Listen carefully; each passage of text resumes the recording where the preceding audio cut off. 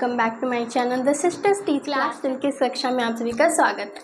तो हम पढ़ रहे थे फिजिक्स का chapter number 1 light reflection and diffraction यानी प्रकाश परावर्तन एवं अपवर्तन। ठीक है, आज इसका लेक्चर नंबर 4। बाकी के पिछले लेक्चर्स अगर आपने नहीं देखे तो प्लीज़ जाके देख लो क्योंकि इम्पॉर्टेंट है। तो आज का हमारा टॉपिक क्या है? अवतल दर्पण से प्रतिबिंब बनने के नियम। ठीक है, देखेंगे कि अवतल दर्पण से आखिरकार किस प्रकार प्रतिबिंब बनते हैं। ठीक है, उसके नियम क्या है।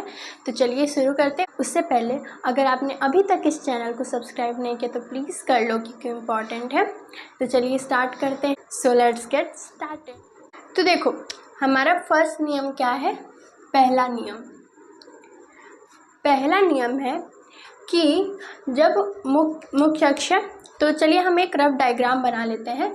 तो सबसे पहले है हमारा अवतल दर्पण, तो यहाँ पे हम अवतल दर्पण बना लेंगे। ठीक है, अवतल दर्पण हमारा कैसे होता है? तो अवतल दर्पण में हमारा जो परावर्तक सतह होता है वो अंदर की ओर होता है। ठीक है, तो ये हमारा बन गया अवतल दर्पण। इसके हम कुछ पॉइंट्स लिख लेंगे, जैसे ये हमारा दर्पण का ध्रुव। ठीक है, यहाँ हमारा वक्रता केंद्र। ठीक है, ये हमारा फोकस बिंदु या मुख्य फोकस। ठीक है, तो अब देखो पहला नियम है कि जब प्रकाश की किरण मुख्य अक्ष के समांतर आती है, जब प्रकाश की किरण मुख्य अक्ष के समांतर आती है, मुख्य अक्ष क्या है? ये वाली लाइन को अगर हम आगे की तरफ बढ़ा दें तो इसे हम कहेंगे मुख्य अक्ष। ठीक है, तो जब प्रकाश की किरण मुख्य अक्ष समांतर आती है तो ये परावर्तन के दौरान, ठीक है, रिफ्लेक्शन के दौरान एफ से मुख्य फोकस से होकर गुजरती है ना, मुख्य फोकस से होकर गुजरती है। ठीक है, तो यही हमारा हो जाएगा पहला नियम कि मुख्य अक्ष के समांतर आने वाली प्रकाश की किरण परावर्तन के दौरान मुख्य फोकस से गुजरती है। ठीक है, चलो यहाँ लिखेंगे मुख्य अक्ष के समांतर आने, साथ ही साथ हम ये डायग्राम भी बनाते जाएंगे। ठीक है, हर एक पॉइंट के साथ उसके अकॉर्डिंग जो डायग्राम सुटेबल होगा उसे हम बनाते जाएंगे। ठीक है, तो मुख्य अक्ष के समांतर आने वाली प्रकाश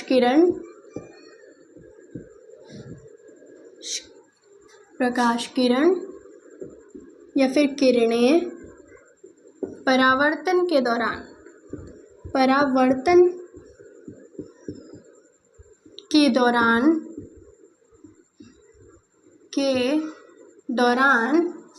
मुख्य फोकस या फोकस बिंदु से होकर गुजरती है। ठीक है, के दौरान मुख्य फोकस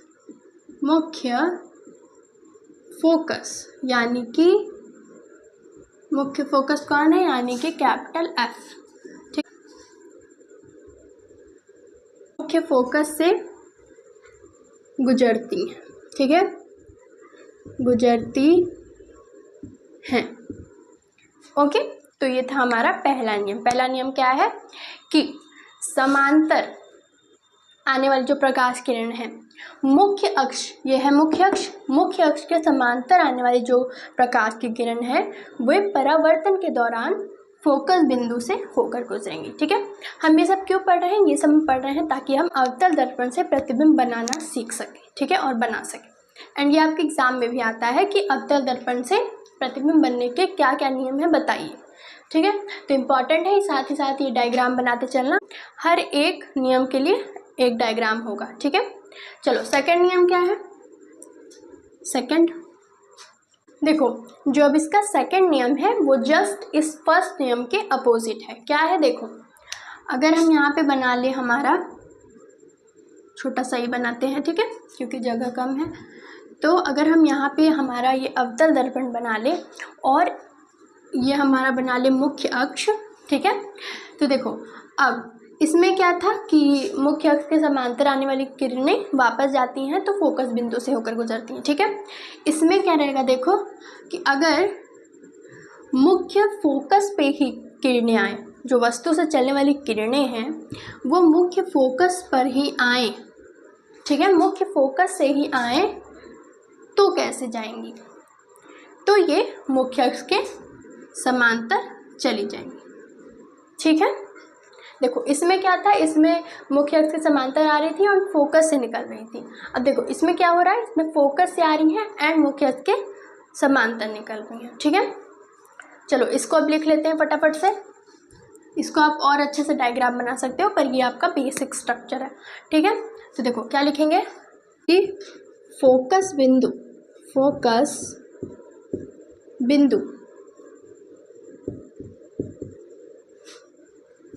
से आने वाली प्रकाश की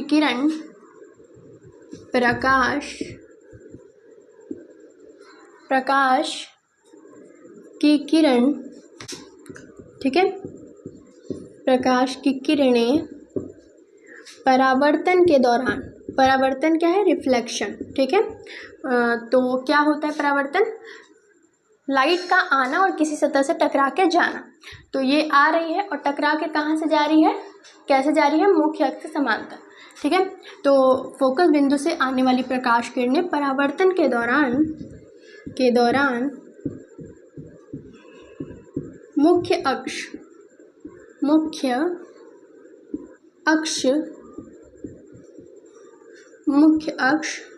के समांतर हो जाती है या फिर चली जाती है, ठीक है। ओके, सेकंड क्या था, देखो फोकस बिंदु से आने वाली प्रकाश की किरणें परावर्तन के दौरान मुख्य अक्ष के समांतर हो जाती, ठीक है। चलो अब देखते हैं हमारा थर्ड नियम, तीसरा नियम। देखो तीसरा नियम क्या है, तो तीसरे नियम के लिए हम फिर से डायग्राम बना के समझेंगे, ठीक है। देखो अवतल दर्पण बना लो, है ना, बेसिक स्ट्रक्चर ड्रॉ कर रही हूँ ताकि आपको एक रफ आइडिया मिल जाए, है ना। तो इसका हमने ये बना लिया मुख्य अक्ष, ये हमने बना ली वक्रता केंद्र, ठीक है, ये हमने बना लिया फोकस। इसमें फोकस की ज़रूरत नहीं है क्योंकि ऐसा ये नियम है, ठीक है। देखो अब अगर प्रकाश की किरणें, वस्तु से चलने वाली प्रकाश की किरणें वक्रता केंद्र से आए, वक्रता केंद्र, ठीक है, वक्रता केंद्र से आए तो वो कैसे जाएंगी। देखो अगर वो वक्रता केंद्र से आती हैं तो बिना कहीं विचलित हुए उसी मार्ग में पुनः लौट जाएंगी, यानी कि ऐसे आई, मान लो ये सी है यानी कि वक्रता केंद्र है, ठीक है, एंड ये ऐसे प्रकाश की किरण आई एंड ये ऐसे रिफ्लेक्ट हो, कहीं भागेगी नहीं, ये आके डायरेक्ट ऐसे मुड़ के आपके पास, ठीक है। देखो कैसे, ये लाइट है, ये आई वक्रता केंद्र पे एंड ये तुरंत ऐसे मुड़ के आपके पास चली गई, ठीक है। तो ये कुछ ऐसा रूल है, ओके। चलो लिखते हैं इसे अब, ठीक है। देखो क्या लिखेंगे, वक्रता केंद्र से आने वाली प्रकाश किरणें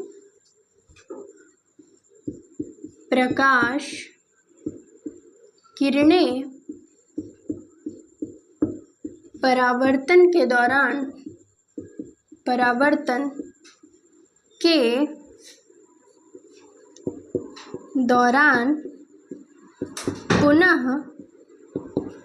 पुनः उसी पथ या फिर मार्ग, पुनः उसी पथ से लौट जाती है। एंड मैंने आपको कहा था कि आप ये अपने से बना के लिख सकते हो, ठीक है। बोर्ड एग्जाम में ज़्यादा नंबर गेन करने में ये हेल्प करता है कि आप बुक की लैंग्वेज नहीं अपने से बना के लिखें, ठीक है, पर हाँ वो समझ में आना चाहिए, ओके, ठीक है। तो मैंने क्या बताया कि वक्रता केंद्र से आने वाली प्रकाश किरण परावर्तन के दौरान पुनः उसी मार्ग में लौट जाती है, ठीक है। तो चलिए अब देखते हैं last rule number 4। Rule number 4 क्या है, ये मैंने आपको पहले बता चुका है, क्या है देखो, हम यहाँ बना लेंगे हमारा अवतल दर्पण, ठीक है। ये हम बना लेंगे हमारा मुख्य अक्ष, ठीक है। अब देखो यहाँ पे होता है हमारा दर्पण का ध्रुव P, ओके। अब देखो अगर आपकी कोई प्रकाश की किरण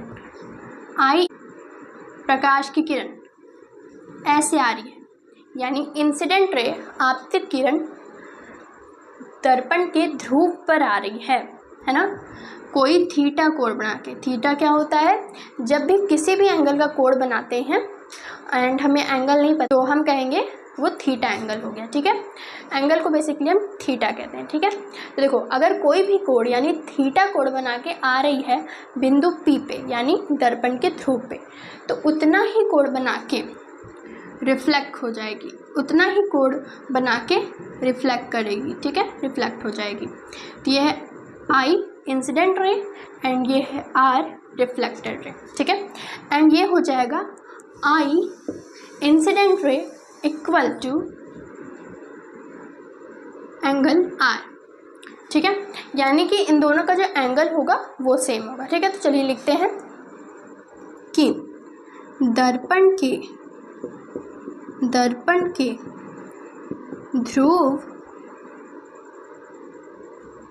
के ध्रुव पर आने वाली प्रकाश किरण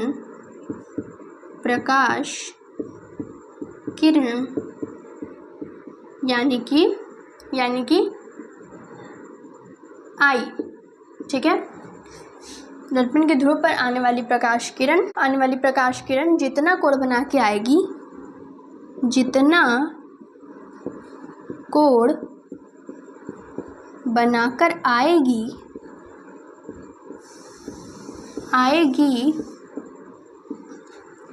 उतना ही कोण बनाकर लौट जाएगी, ठीक है। आने वाली किरण को हम क्या कहेंगे, I इंसिडेंट रे, ठीक है। तो इसे कैसे दर्शाएंगे, देखो एंगल I से, एंड हम कह रहे हैं कि एंगल I रिफ्लेक्टेड रे जो बना रही है कोण उसके बराबर होगा, ठीक है। तो angle I equals to angle R हो जाएगा, ठीक है, ओके। तो ये था हमारा 4 बेसिक रूल, जिसकी वजह से हम आने वाले लेक्चर में क्या करेंगे, प्रतिबिंब का निर्माण करेंगे, ठीक है। मैं आपको बता दूं कि जो हमारा प्रतिबिंब बनता है हमें मिनिमम 2 रेस की ज़रूरत है, इसमें से कोई भी 2 नियम उठा लेंगे और उससे फिर हम बनाएंगे हमारा प्रतिबिंब, ठीक है। आने वाले लेक्चर्स में बनाएंगे हम